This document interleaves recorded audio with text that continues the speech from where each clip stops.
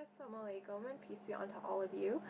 Here today I just wanted to share with you briefly my story as to how and why I converted to Islam. So I'll just get started. So growing up I actually was raised in a very devout Catholic household. Without fail, my parents used to bring us to church every single Sunday. We used to practice all of the holidays and celebrate all the holidays and the religious sense. My parents would fast on Fridays. I actually went to Catholic school my entire life, so definitely very well versed in the Catholic faith. But the one thing I will say is, even just growing up, I did know a lot about the faith, but I was never really brought to think about why I was particularly doing things, or you wouldn't really think very deeply into theology particularly. And it was after the fact, when I finished high school and I started going to post-secondary education, like college, university, that was when I finally actually started thinking a little bit about my faith. Maybe it was the rebellious sense in all of us when we finally become somewhat independent and we want to be our own person, but definitely it was a little bit more than that. I remember, just going to school after the fact, and it was the first time in my life I was actually intermingling with people that were not of the same faith group with me, just because, going to a Catholic school, all my friends were Catholic.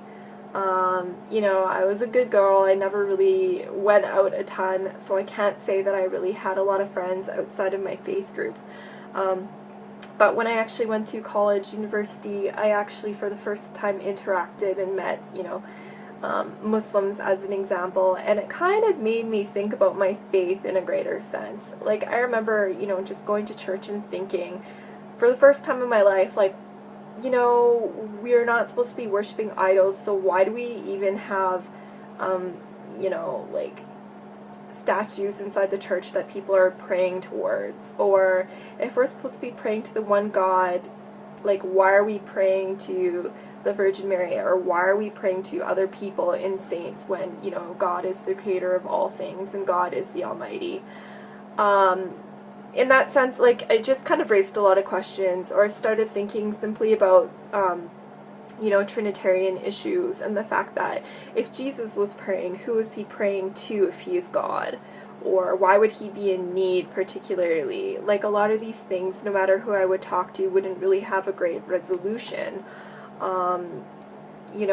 Just to name a couple of other things, like, if God is eternal, then how could God die? Like, I really just couldn't wrap my head around a lot of these issues, and the more research I did, the more I realized that a lot of these theological issues came after the fact, and the pure Christianity was actually Unitarian.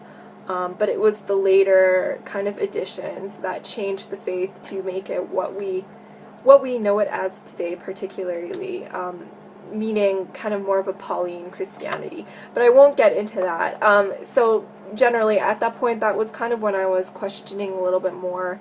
But I really didn't have much of a solution. I just had questions.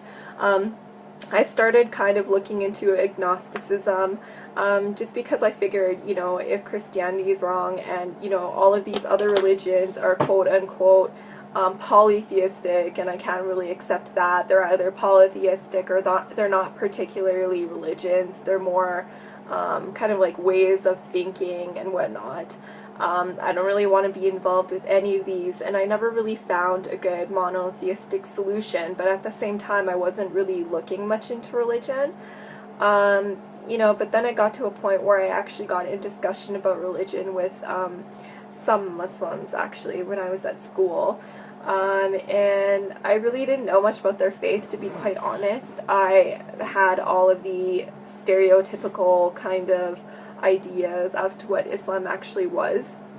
The fact that it was terrorist mongering and a violent faith, and they just want to convert everyone by the sword, quote unquote.